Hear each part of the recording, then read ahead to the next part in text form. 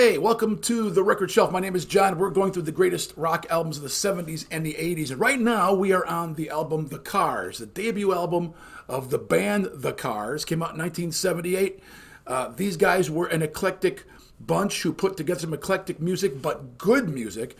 And it was all pop music. Eventually they kind of got a little progressive in and even in this album there's a couple of progressive songs thrown in here or there.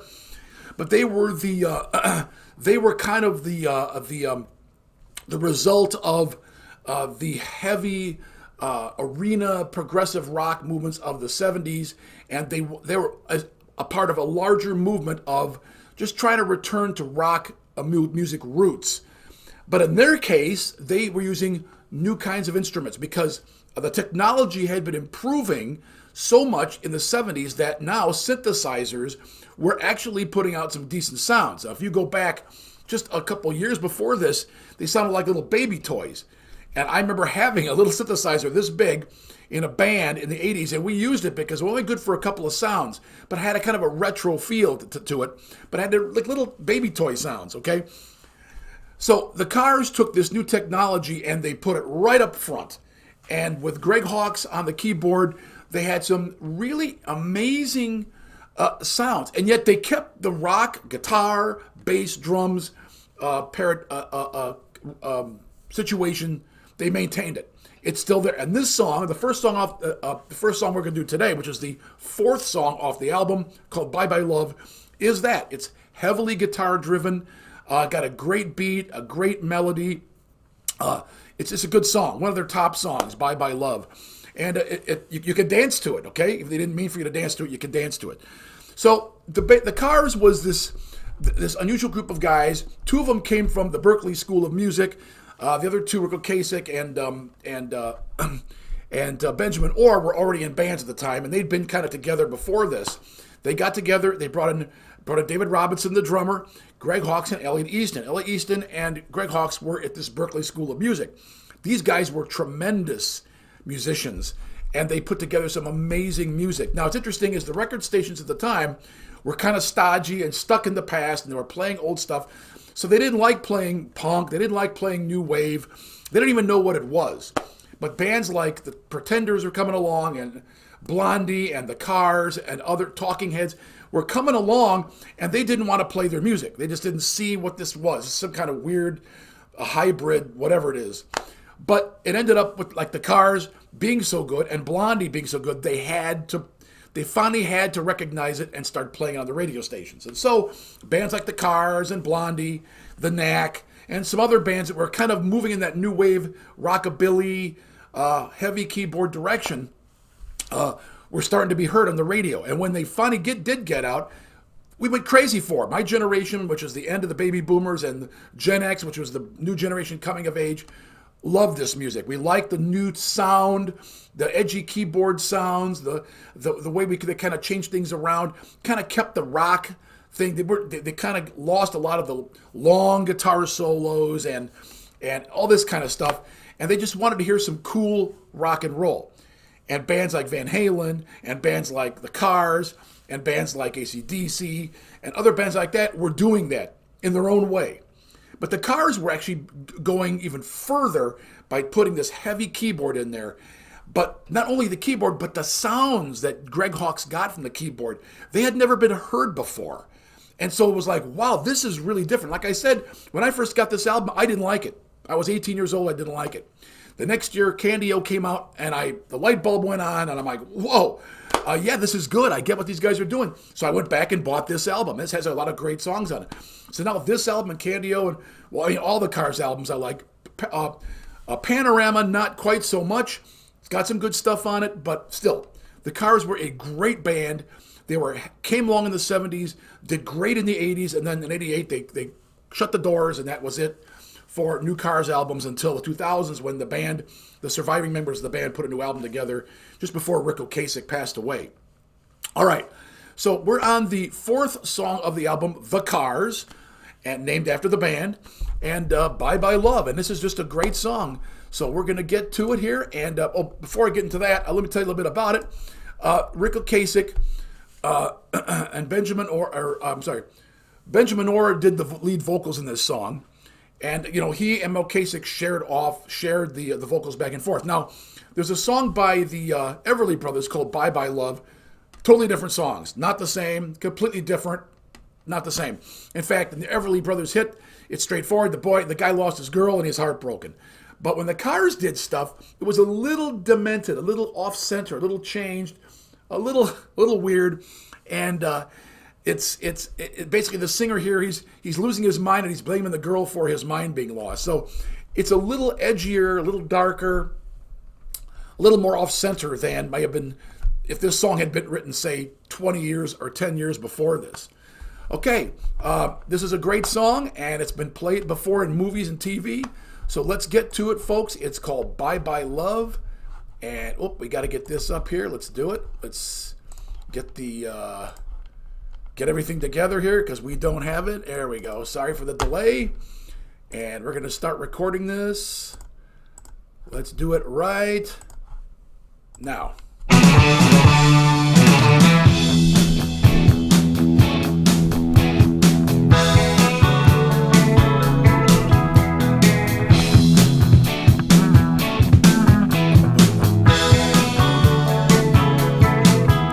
First, I want to stop and say I love the start of the song. Da da da da da da da da da da da. I mean, it's just great, and the song ends the same way, a little more drawn out, but it's a very creative, very clever way to begin the song. All right, here we go. I can't do this way much longer, expecting to survive. With all this hidden innuendos just waiting to arrive. It's such a wavy night, and you slip into insane. Let's get into rock and roller. I hear what you're playing.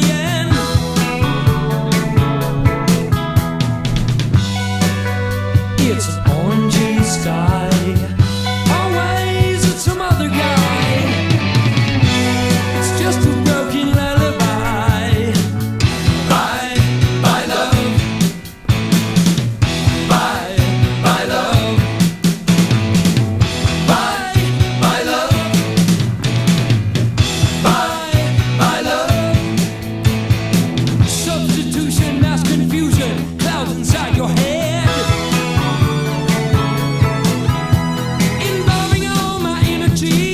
Until you visited, with your eyes of porcelain and a blue, they shock me innocence.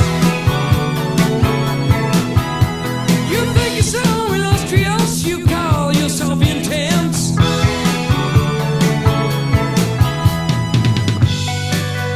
It's an orangey sky. Always it's some other guy.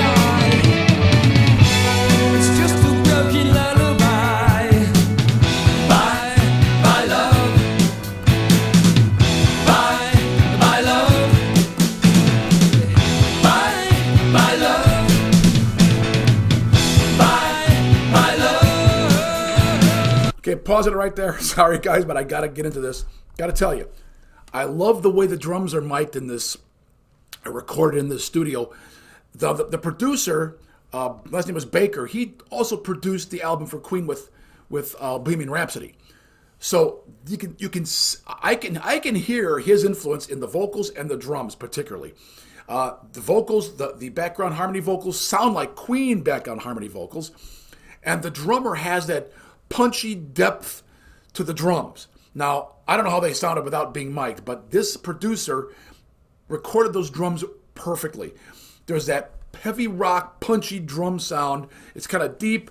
It's got a great punch to it, and I love it. And I also got to give kudos to the drummer, Robinson, who did it, because he had some great little chops in here. Boom, boom, boom, boom, boom, boom, boom, boom, boom, boom. And he would repeat those over and over again through the song. But I just always loved them. And as a young drummer, I heard this, and I'm like, yeah, this guy's got some great chops.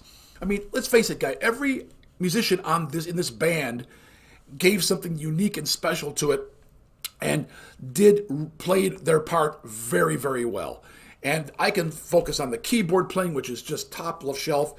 Elliot Easton's guitar playing, which is just some of the greatest. Of course, Rico Kasich's voice is so unique, so different, and he also played rhythm guitar. And of course, Benjamin Orr's bass playing and vocals, his vocals were great.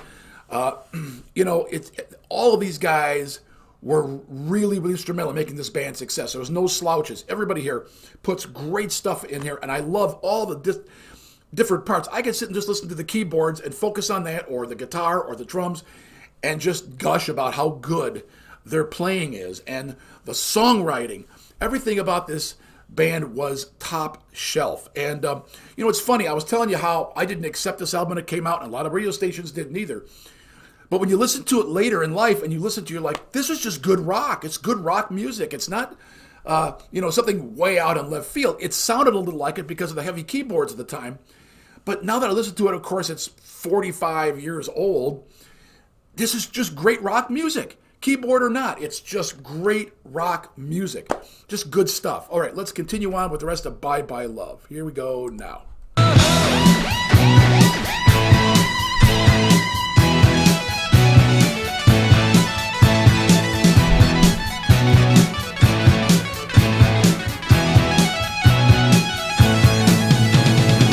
Substitution, mass confusion, health inside your head.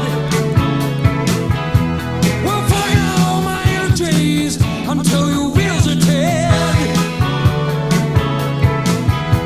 With your eyes of porcelain and a blue, they shock me innocence. You think it's so illustrious, you call yourself intense.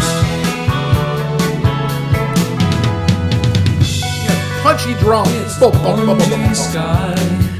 Always it's some other guy. It's just a broken lullaby. Bye, bye love. Bye, bye love. Bye, bye love. Bye, bye love.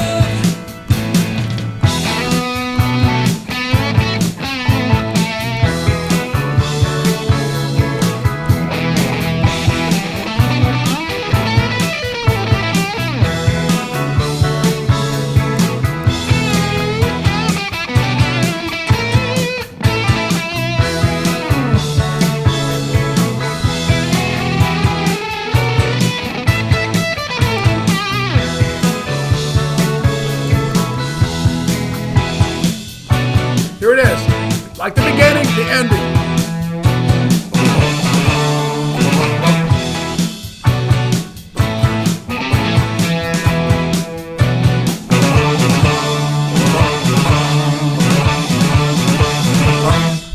Oh, that was so good. I love that song. I love the beginning. I love the middle. I love the end. I love the whole thing. Okay, it's just fantastic, fantastic music. Great song. I said I love that punchy drum sound, that punchy do do do do do do. Yeah, he did to Robinson's drums what he did Roger Taylor's drumming in the sound, because they both had that punchy, deep sound, which I love. And of course, I like Roger Taylor's playing and Robinson's playing. Perfect for the music they're doing. And Elliot Easton's guitar sound is so good. I know he is a great guitar player, but the way it was recorded and everything, I think it was just stellar. The production of this album was top shelf. Very, very good stuff. And of course, I like Benjamin Orr's singing. I always liked his singing even more than Ocasek. I liked Ocasek in some of the songs because it just works so well with the theme or the lyrics. But I think Benjamin Orr's vocals were my personal favorite. He did a great job putting emotion in them. And just tremendous, tremendous. All right. So the next song we have is Moving in Stereo. Now, here's an interesting song. If you ever seen, oh my gosh, I can't believe I forgot the name of the movie. But there's a movie about growing up in high school in the early 1980s, late 70s. And this song is in the pool scene, okay, the swimming pool scene.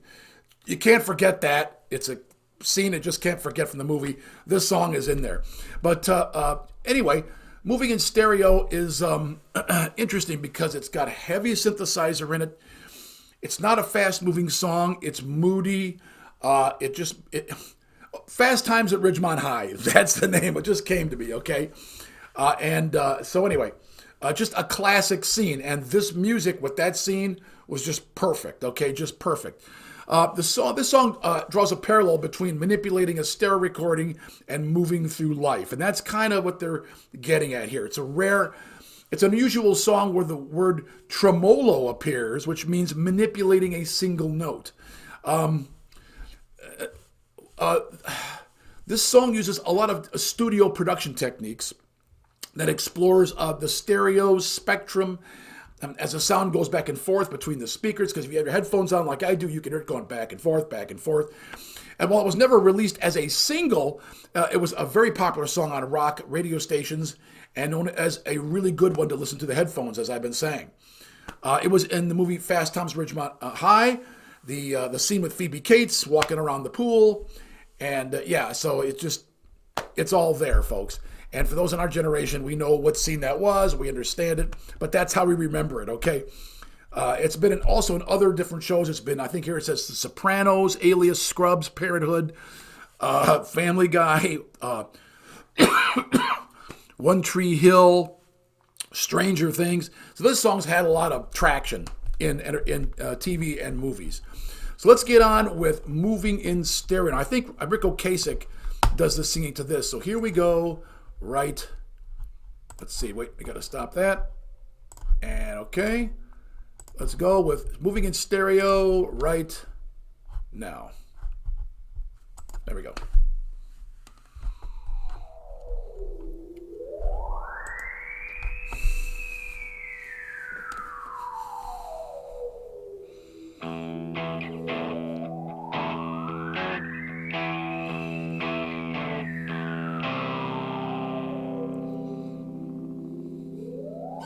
Life's the same, I'm moving in stereo. Life's the same, except for my shoes.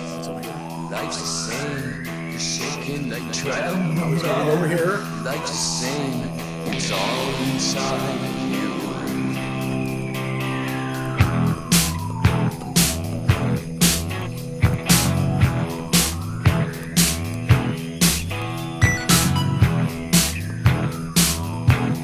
Okay, gotta pause it right there. Do you hear the reindeer Christmas bells ringing in the background? Chick, chick, chick, chick, chick. Yeah, it's reindeer bells, and that hi hat, that tss, tss, is a hi hat hitting a hi hat. Really interesting way to record it. It's got a real high end crispiness to it. Never heard that before. Really interesting effect. Okay, here we go. Some more.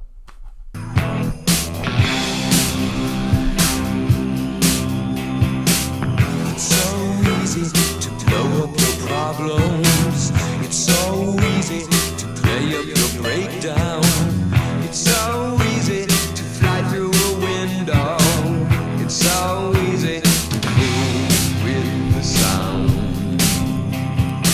Okay, pause. I was wrong. This is not Rick Ocasek. This is Benjamin Orris singing this. Just want to make that clear. Okay, let's continue.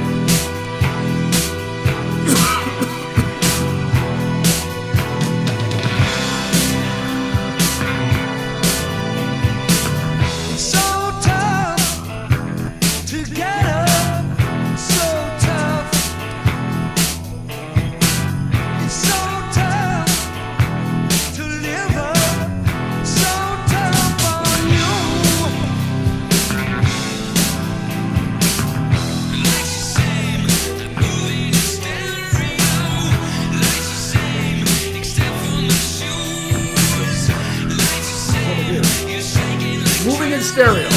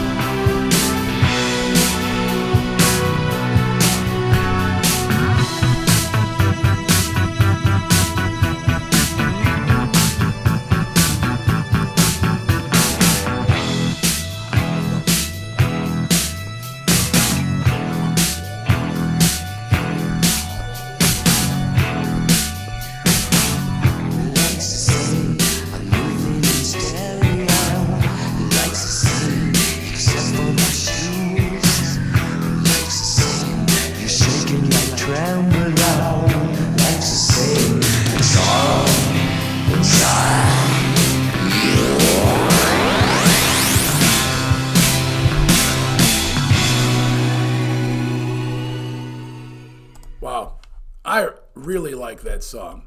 And I haven't heard it in a while, but yeah, that is. There's so much going on in that song. There's so much going on. You almost got to listen to it again. There's so much going on. It sounds like you just think back, oh, it's a simple song, da, da, da, da, da, da, da, da, and the guy's singing. But there's some great guitar work going on in there. Vocals, the way that the producer is moving the vocalist around the stereo and changing the sound of the vocals back and forth, and the drums, the hi-hat and the snare being very prominent while the toms are boom, boom, boom in the back, but that is that sort of edgy hi-hat hit is in complete contrast to that kind of mellow keyboard sound. Both are contrasting each other. Then you've got the guitar and the bass, boom, boom, boom, boom, boom, boom, like that. And that's just fascinating. Great production on that song. It's something that a song you want to listen to over and over again, because if you do, you're going to find new stuff that you didn't hear before. And I just want to talk to you about the thing that we do here at Rock My Bean and why we call it Rock My Bean. We call it Rock My Bean because of this. This is coffee. And Mark and I absolutely love coffee. I mean, we're coffee drinkers. My wife included. We love good quality coffee. And as you know, if you don't know, my stepson Mark is autistic. And so this show we do with him, Rock My Bean, is for his benefit as well as for yours. And we sell this coffee, and there's 5 flavors, and each flavor is named after a specific musical drum. This here is the Cajon, which I believe we've done a show on, and this is probably this is our breakfast blend. Okay, we sell this gourmet coffee because I love good coffee. I don't want garbage coffee, and I don't like bitter coffee. I don't like watered down puddle water. I want good tasting coffee that doesn't have artificial flavorings and stuff in them.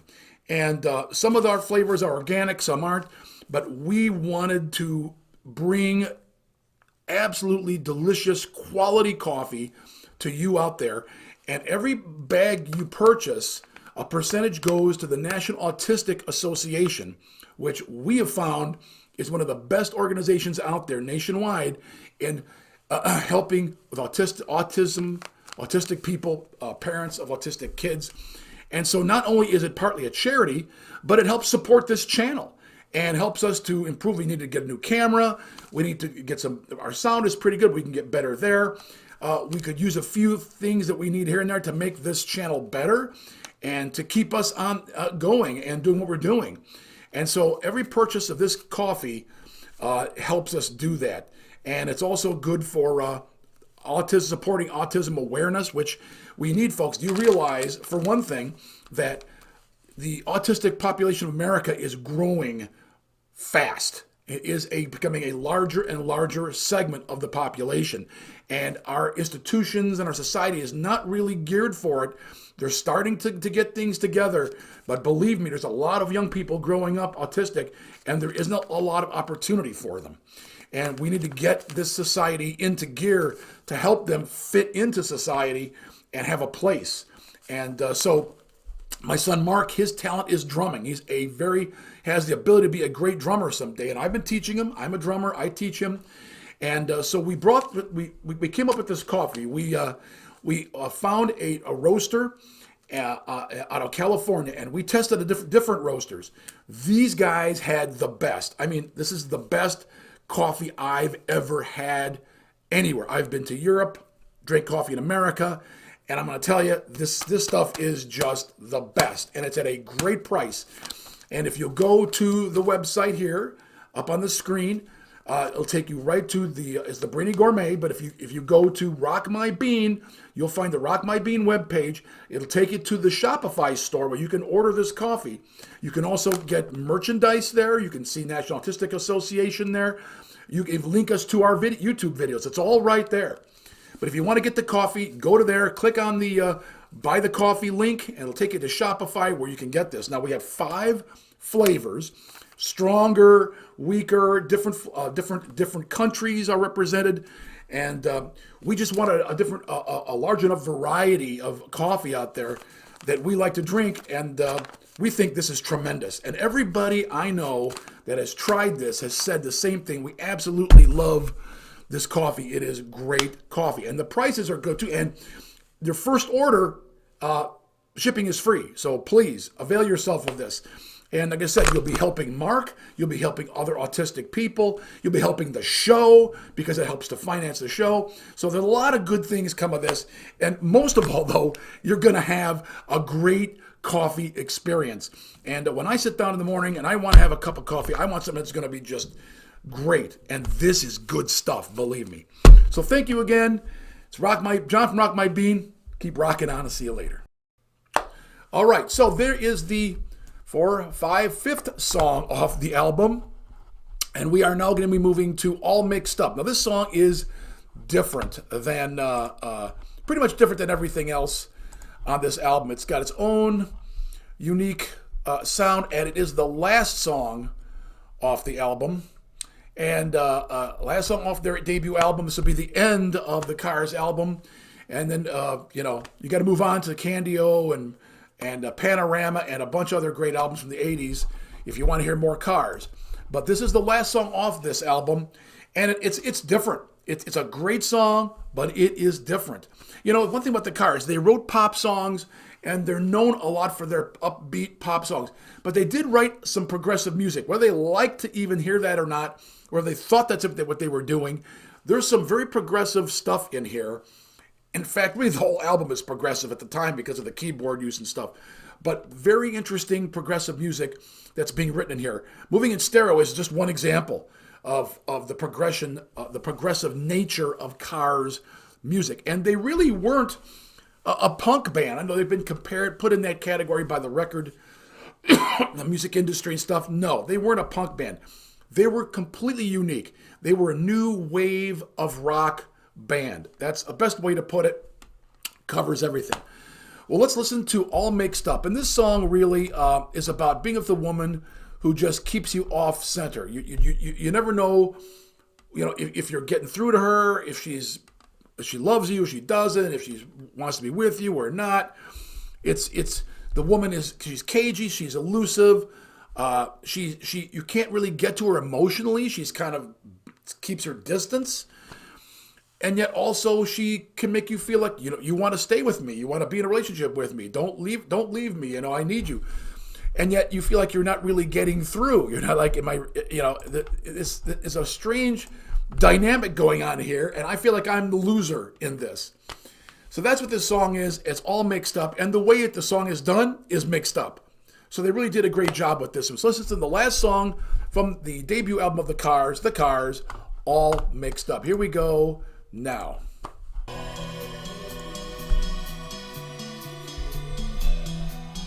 Interesting way to start.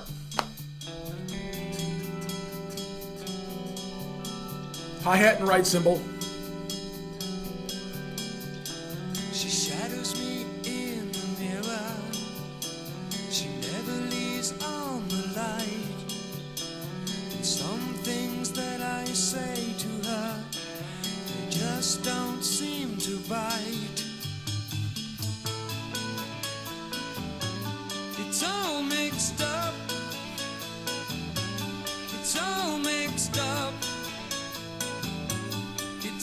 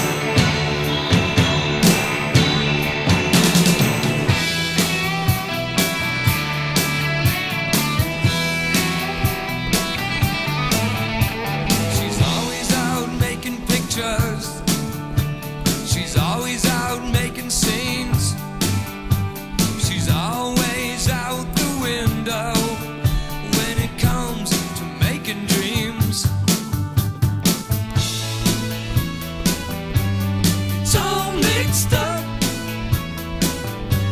It's all mixed up. It's all mixed up.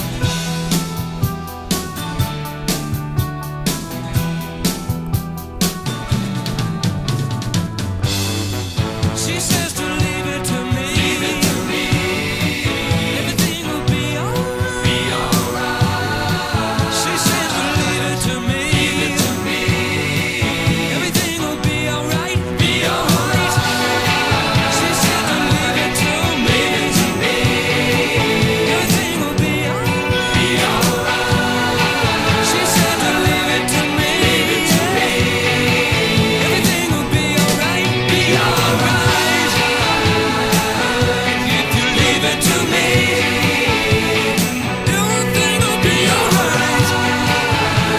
Yeah. If you leave it to me, be alright. Be alright. Be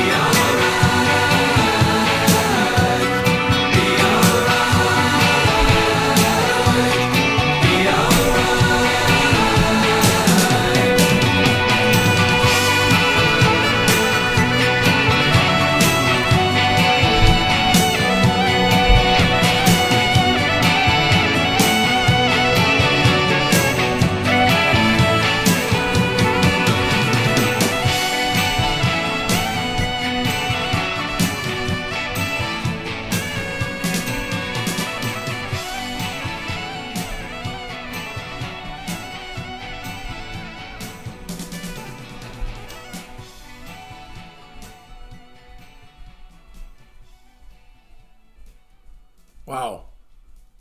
Wow. That was amazing. That was amazing. That was amazing. I didn't realize that there was a saxophone in this song. I didn't know that. I'm like, that's a saxophone. That's an alto saxophone playing there at the end. That was really cool. There's a lot going on in this song. One thing about the Cars is their compositions were never simple. They had a lot of great musicians that could do a lot of stuff and could do it at the right time in the right place. I love the keyboard work being done by Greg Hawkes there. It's just right texture.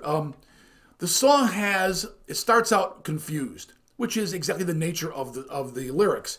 I'm confused. Everything's mixed up. Don't understand what's happening here. And that's kind of how you start the song. Confused and not sure what's happening.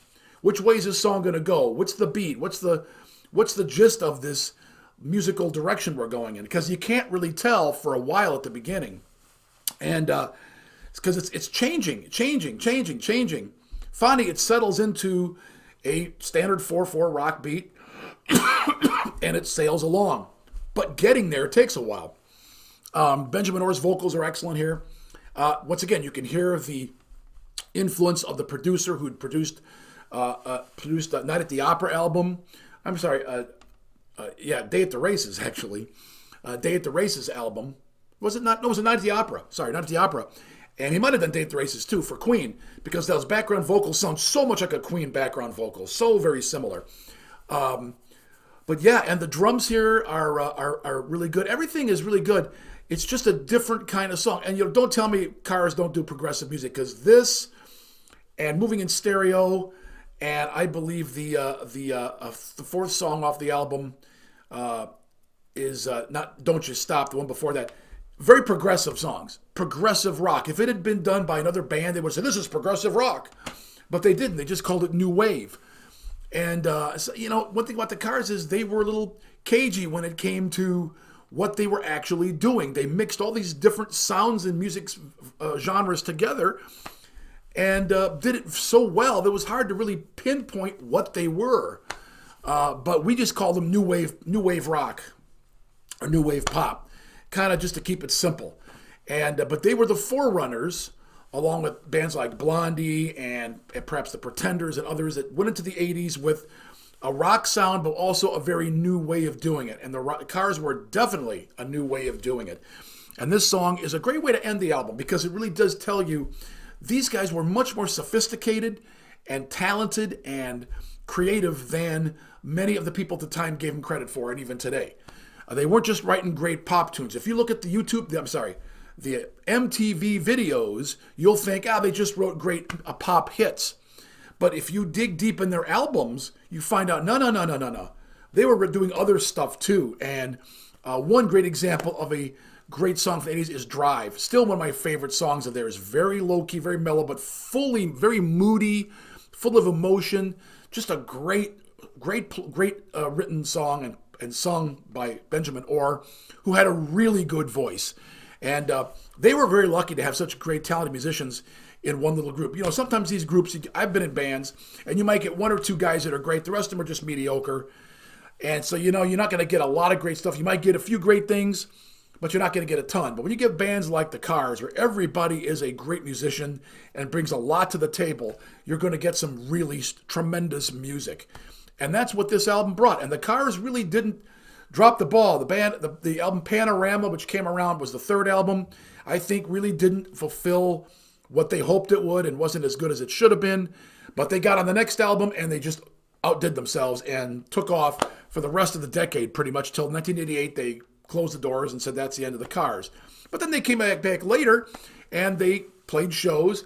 Once Benjamin Orr died in the early 2000s, they did another album without him, and then Rick Ocasek just passed away. And so unfortunately their two lead singers are gone, and the Cars don't, they did something with Todd Rundgren for a while called the New Cars that came back, but that didn't last. So really the Cars are finished. You've lost both your key singers. It's done. But it was a fairly good ride. I wish they'd gone on beyond 1988. I wish they hadn't. A lot of the guys were doing solo works in the 80s. And that was, I think, getting in the way. Everybody had to have their solo project. And they should have just stuck to it as a band because they had a lot to offer. And Lord knows what kind of great music they could have given us in the 90s when we really needed great music. But nevertheless, we've got a good catalog of albums here. Not a lot, but if you listen to these albums, there's a lot of very good music. And it really began with this one right here, The Cars. Well, thank you for joining me on this Magic Carpet ride to one of the greatest albums, rock albums of the 70s. And we're going to be getting into the 80s as time goes on here. We still got more 70s to cover. But I'm so glad you're joining me here. If you have any suggestions how we can make the channel better, what I can do, what you might want to hear, any albums you want me to cover that I haven't covered, we try to do polls and put the albums we're going to cover on there, and you get to vote. So please get in there and vote for those albums, because the more voters we have, the more representative of our listeners I'm doing when I do these reviews.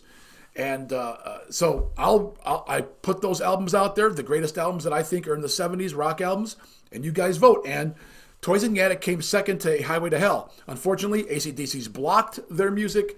I can't review it, so we went to the second place run, which was Toys in the Attic. So listen to that review. It's very good. What a great band of the 1970s. All right, well, thanks again for joining me. Hope you've had a great time.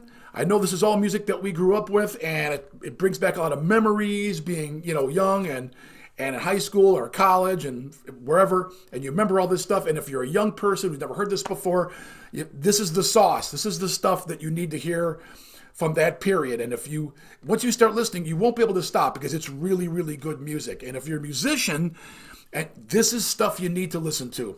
All the 70s and the early 80s especially had a great period of experimental music. From the late 60s to the early 80s was a period of experiment and trying new things and new combinations. There was something for everybody. Everybody had a band they loved and was different than another band. Nobody was copying anybody else. Experimentation was normal. Bands were given time to become mature and become better. And it was a great time for rock and roll music, probably the best. And most of the stuff you're going to find in there is just incredible. Once you start down that rabbit hole of great rock music in the late 60s to the early 80s, you can spend years going through this stuff because there was so much of it that came out. Well, thanks again. Keep rocking on, and I'll see you again soon.